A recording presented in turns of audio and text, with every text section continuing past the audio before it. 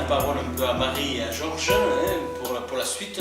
Donc ça s'est poursuivi avec Georges et Marie, qui sont agents au collège, qui étaient agents au collège de Metz. Et des amis. Et donc des collègues et des amis de Jackie et de Carmen. Et ils sont des Mésois aussi, d'habitat et de travail. Et donc vous avez pris la suite. Est-ce que vous pouvez nous dire comment vous avez repris le flambeau? Comment ça s'est passé?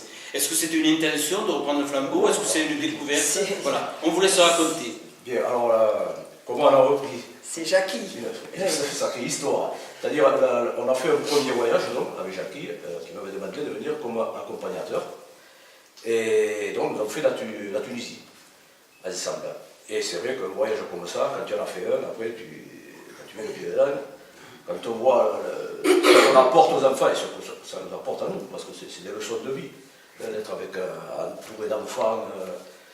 Et donc, c'est à la fin du voyage qu'on avait fait un repas à la Vitarelle, je me souviens bien, que tu me dis, là, il faut que tu reprennes les voyages, parce que nous on arrête. Pour X raisons, oui. Bon, il n'est peut-être pas possible, je sais pas, mais alors, pas du tout à la hauteur de faire, parce que c'est un travail de fou, il ne faut pas croire, on ne fait pas un voyage comme ça. Et ça m'a trotté, parce qu'il me dit, si tu ne le reprends pas, ça s'arrête. Le voyage, il n'y en a plus. C'était en quelle année? Alors ça, c'est en 86. Hein, c'est en 86, oui. Voilà, donc le voyage 86. en Tunisie. En Tunisie. Oui, à Après 86. le voyage. Après le voyage, voilà. on avait fait donc un Oui, repas, parce 85. que quand il restait un peu d'argent, en principe, à la fin du repas, pour finir. Donc, On arrivait à voir un peu qui reste. on faisait soit un repas, on invitait les parents, comme ça on pouvait faire une soirée diapo, qu'on appelait, parce qu'on prenait des photos, les diapos. Alors on faisait un repas où il n'y avait pas beaucoup d'argent, juste un goûter. Un apéro. Le fait de se retrouver ensemble, et de se remémorer le voyage, et de faire voir aux parents ce qui s'était passé.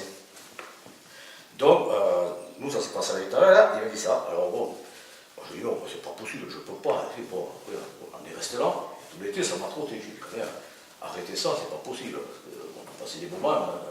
Moi, je vais vous dire, on a Tunisie, moi je me souviens, moi, se coucher, c'était certainement pas avant 1h du matin, et à 7h, on était debout.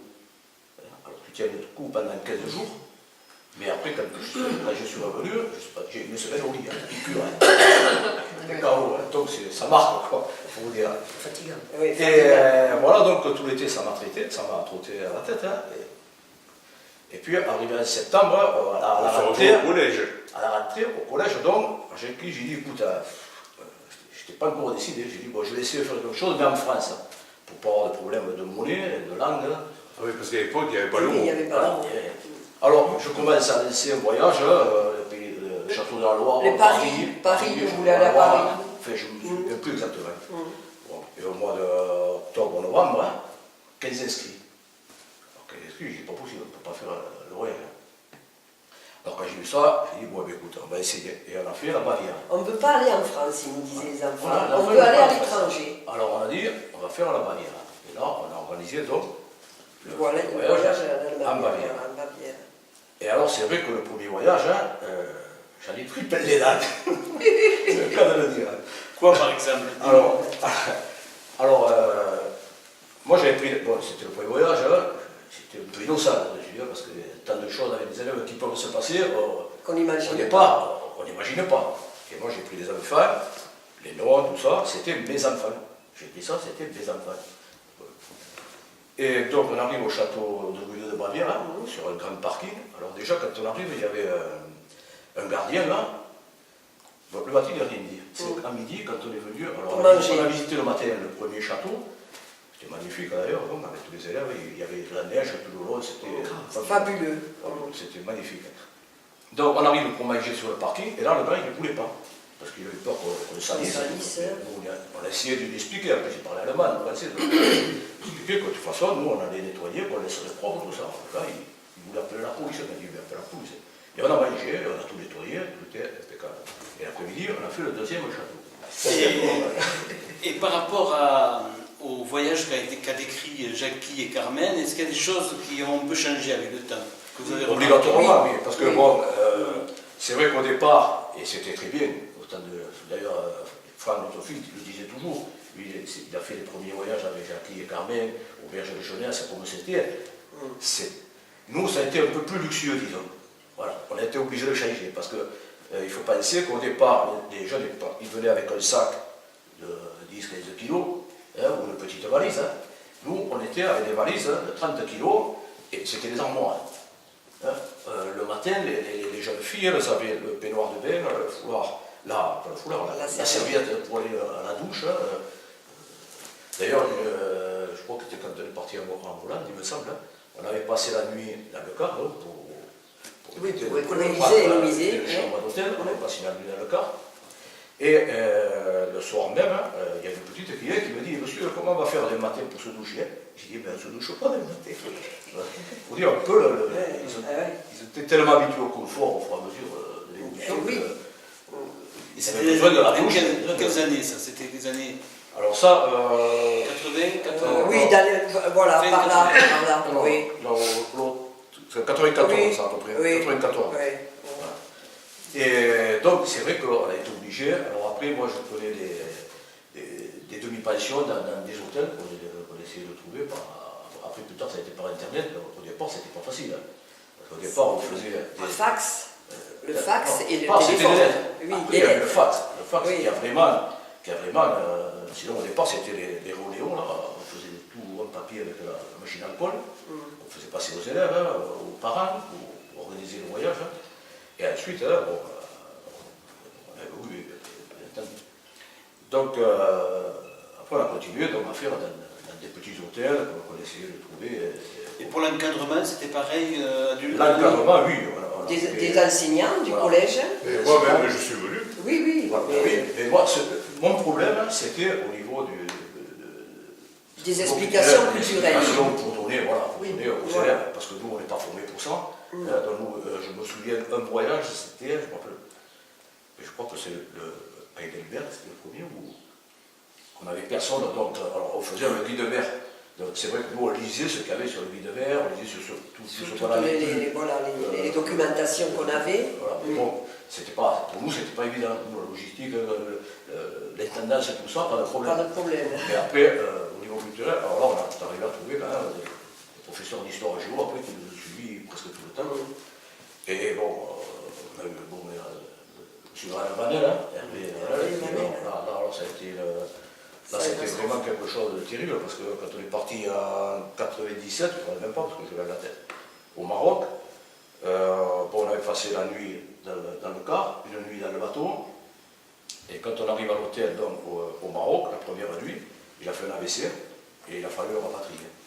Alors, heureusement qu'il y avait sa femme avec lui, qu'il y avait Christiane, hein, et bon, on les a laissés donc, à la clinique, j'étais emmené dans une clinique, tout ça, et donc nous on a continué après le voyage.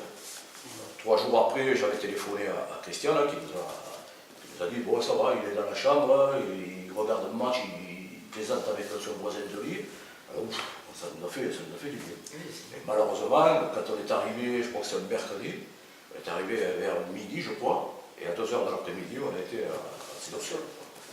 Là, ça a été quand même. Ça a été le plus dur, voilà. le voyage le plus. Voilà, ça nous a vraiment. Ça nous a. Enfin, ça aurait pu être pire, ça a été. Ouais, c'est ouais, malheureux, ouais. on sent, mais. Enfin, bon. Voilà, sinon, ça, il y a eu. Voilà, on va demander à Marie de nous raconter une histoire particulièrement agréable. Qu'est-ce qui était particulièrement agréable, agréé par rapport au voyage dont on parle maintenant? Oh, ben moi, les voyages, c'était super, franchement, au point de vue culturel. L'ambiance avec les enfants. Parce que maintenant, lorsque je promène ou que je vais en ville, je revois tous ces enfants qui sont devenus des parents, des adultes, qui ont des enfants, et me disent, vous vous rappelez tel jour, tel voyage. Vraiment, on voit que tous, mais on n'a aucun retour négatif. On n'a vraiment que du positif dans ces voyages. Et il n'y a pas longtemps avant que je parte à la retraite, il y a une dame qui arrive, elle me dit « Ah, Mme Astier, vous êtes là toujours ?» Oui, je dis « Oui, pas pour longtemps, tout ça. » Elle me dit « Mon petit rentre en 6e. » Je lui dis « Tu vas te régaler parce que monsieur et Mme Astier font des voyages et tu iras en voyage. » Oh, je lui dis « Vous savez, il y a des voyages, on n'en fait plus maintenant. » Oh mon Dieu, qui va être déçu. Elle lui avait dit ça, elle lui avait dit « Quand tu rentres en 6e, tu vas faire des voyages. » Elle a dit, vous n'en faites plus, et je lui ai dit non, c'est fini, ça fait quelques années maintenant où on commence à partir à la retraite. Bon. Alors elle était vraiment désolée de voir. Qu'est-ce qui a fait que vous soyez arrêté de faire des voyages? Eh bien, déjà par nos enfants qui sont à l'étranger, et donc on a privilégié le fait d'aller à Il y a l'étranger chez nous. aussi une chose, je me permets juste d'intervenir, c'est que la législation actuellement était absolument épouvantable. Et faire ce que nous avons fait, ça relève de la folie. Tout à fait. Parce que la moindre truc qui va t'arriver, Tout à fait. tu te retrouves au tribunal. En prison. Ah oui. Je peux rebondir là-dessus. Ah oui. Justement, il y a un mois peut-être, ou un mois et demi, je ne sais pas, une maman d'élève, enfin, une ancienne élève devenue maman, m'a dit, oh, ces voyages, vraiment, je regrette que nos enfants ne puissent pas les faire, parce que c'était formateur. Elle a employé ce mot, bien sûr, c'était formateur. Ah, je dis, bon, mais ça fait plaisir. Je dis, mais vous comprenez pourquoi, maintenant, avec les conditions de sécurité qu'il faut, et les contrôles et tout ça. Elle me dit, oui, je comprends, maintenant, ça ne serait pas possible, voilà, de le faire comme on le faisait à l'époque. Voilà. Moi, juste pour aussi 2 minutes, je lui disais à Georges, arrêtons tant que les 20 ou les 15 ou les 18 voyages qu'on a fait se sont bien passés, qu'il n'y a pas eu d'incident majeur. Mais arrêtons. D'ailleurs, tous les enseignants comprenaient, tous les accompagnateurs comprenaient, ils nous disaient, vous êtes fous. Ils nous disaient, vous êtes fous. Parce que non seulement on les gardait, mais 24 heures sur 24. C'est pas un séjour linguistique comme en Angleterre, que tu laisses les enfants à 6 heures dans les familles. Nous, on passait la nuit, il fallait toujours les surveiller. On était responsables sur les bateaux, mais quand on y pense, avec le recul et avec l'âge, eh bien, dis donc, On a eu beaucoup de chance. On a eu de la chance. Beaucoup de chance. On a eu de la chance. Beaucoup de chance. C'est vrai qu'on ne partait pas quand même à l'improviste. Hein. Évidemment, On était programmés. c'est-à-dire que la chance, on faisait tout pour Oui, Voilà, oui. tout à fait. Tout était... On s'en donnait la peine. Du mois de septembre, octobre, jusqu'à ce qu'on parte. Ah, il y avait 6 mois de travail derrière. On dit tous les jours, mais presque tous les jours, j'étais sur le voyage. Oui. C'était des voyages de printemps. Oui, Ah, oui, oui. voilà. Ça se passait toujours aux vacances de printemps. Voilà. Et alors, en ce qui concerne les prix des voyages, ce que je peux dire, c'est que, parce que j'ai travaillé quelque temps avec Océanie Thalassa, qui organisait à Arles, qui organise toujours d'ailleurs des voyages scolaires. Et par rapport aux voyages scolaires, c'est-à-dire eux donc ils font les voyages scolaires, tel prix. Les voyages scolaires, c'est 2 semaines. Ben, nous, avec le même prix, on faisait 2 semaines.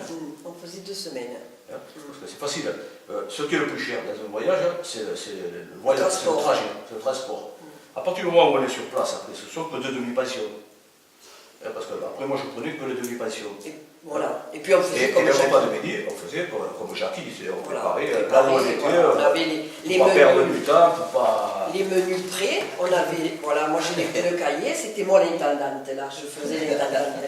Et je faisais, voilà, et le dimanche, je savais qu'on mangeait du thon avec des pommes de terre, le samedi, la sardine à l'huile avec des haricots blancs, et c'était tout, de A à Z, on organisait tout.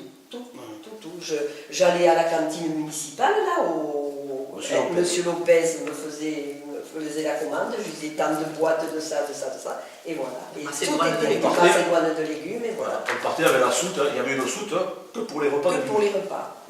Voilà. Et maintenant, si vous voulez dire quelque chose pour finir, pour un peu résumer votre expérience de la jeunesse, le rapport entre le collège et les voyages, parce qu'à la fois vous avez des jeunes que vous voyez en tant que professeur ou en tant que permanent d'un collège, et puis vous les voyez aussi en sortie, en voyage. Est-ce que ça a des effets, ça, sur... Mais c'est certain. Et la première chose, c'est que quand on revenait de voyage, la relation entre les élèves qui avaient fait le voyage avec nous était complètement différente.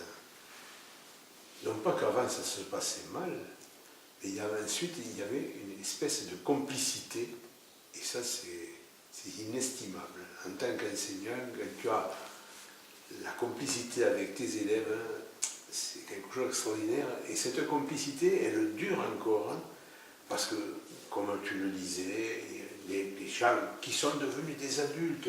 Tu les as laissés gamins, tu les retrouves barbus, tu vois des femmes avec leurs enfants comme ça, et qui te disent que c'était bien. C'est sûr. Voilà. Et Georges et Marie, est-ce que vous voyez une modification de la conduite des jeunes dans le collège après Tout à fait.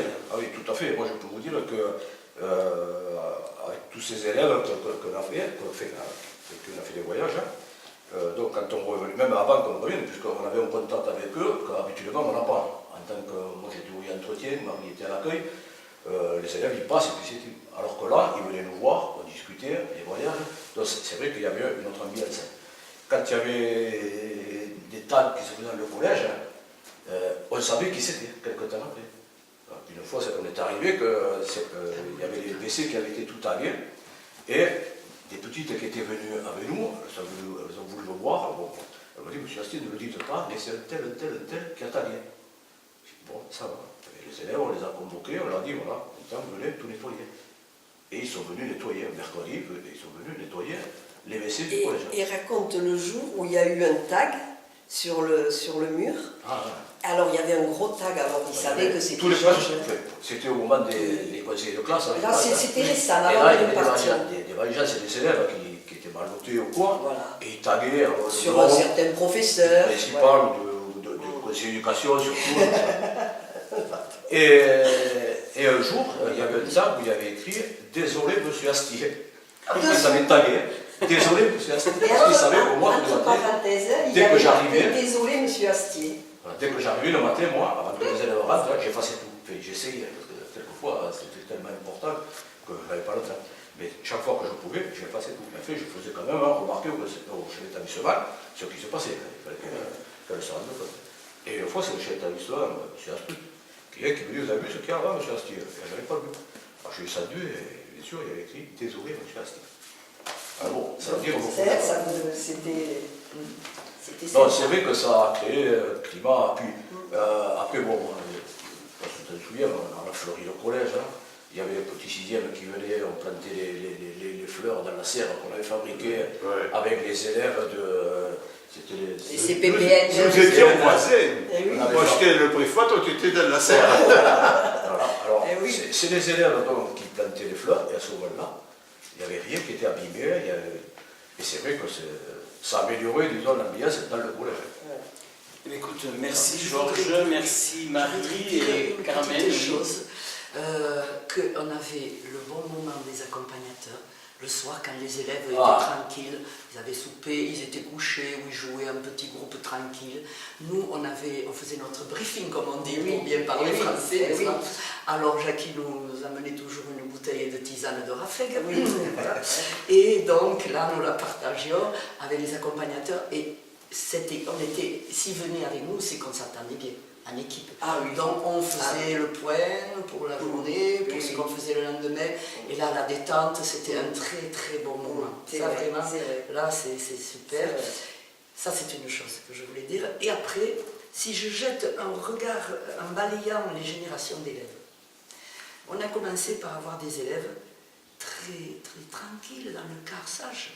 C'était Jackie qui, au micro, animait, chantait, disait des trucs. Eux, ils étaient là, ils écoutaient tout ça. Après, on a eu des élèves qui, il y a certains jouaient la guitare, ils allaient au micro, ils chantaient, ils faisaient l'animation entre eux, nous on participait, tout ça très bien. Après, on a eu la génération, tout dans les oreilles, chacun son truc tout seul. Et nous on se retrouvait là, et chacun, les élèves s'enfermaient dans leur. Voilà. Et c'était presque la fin de nos voyages, là, comme ça, tu vois? C'était les générations, un comportement différent. Mais tous étaient très gentils, et voilà, ça, c'était en dehors de leur gentillesse, et c'était un comportement dû à la société du moment. Merci Carmen. Jackie, merci. Avec plaisir. Pour rebondir là. On peut toujours, on peut reprendre. Je sais pas. Non, parce que justement, par rapport à ce que. Ah, ça, je dis. Oui. Alors, pour moi, le pire, c'était le début du téléphone portable. Oui. Parce que, imagine, et ça nous est arrivé, un élève qui a. Parce que, en principe, on essayait de prendre, on a eu un médecin, on a eu des infirmières. Quand on n'avait pas de médecin d'infirmière, on n'avait pas de malade. Dès qu'on avait eu des infirmières ou médecins, il y avait des malades tous les soirs. C'est vrai. Bon. Et donc, Donc, et voilà que je ne me souviens pas qui c'est, qui avait eu un petit quelque chose, quoi. Et un élève, le portable, avait téléphoné à ses parents en disant un tel est malade. Alors je ne vous dis pas, mais les parents de ce un tel, le souci qu'ils se sont fait. Alors c'est pour ça qu'après les prochains voyages, je leur demandais pas de téléphone portable. Parce que nous, chaque semaine, on essayait toujours d'envoyer des nouvelles à un parent d'élève téléphoner régulièrement. qui allait l'afficher au marché et à Oui, ou au collège. pour que les parents, et au collège aussi c'est arrivé, pour que les parents puissent avoir des nouvelles. Et pour éviter, parce que là c'est... Oh oui, nous on a vu l'évolution nous aussi, hein, vraiment, C'était- vraiment. C'est pour ça qu'il nous a fallu changer un peu le mode Oui, bien sûr, mais il faut évoluer. d'aller avec Thalassa, les hôtels et tout ça. Il nous a fallu, parce que sinon... et puis même les parents nous auraient dit, mais comment vous faites coucher les enfants sur une table ou par terre, Ou ça n'aurait dehors. pas passé, Ou ou dehors, ou dans le couloir. dans le bus, ça. Et personne ne nous aurait fait ça. Donc il nous a fallu nous adapter au siècle. Oui, obligé. Bien, écoutez, merci.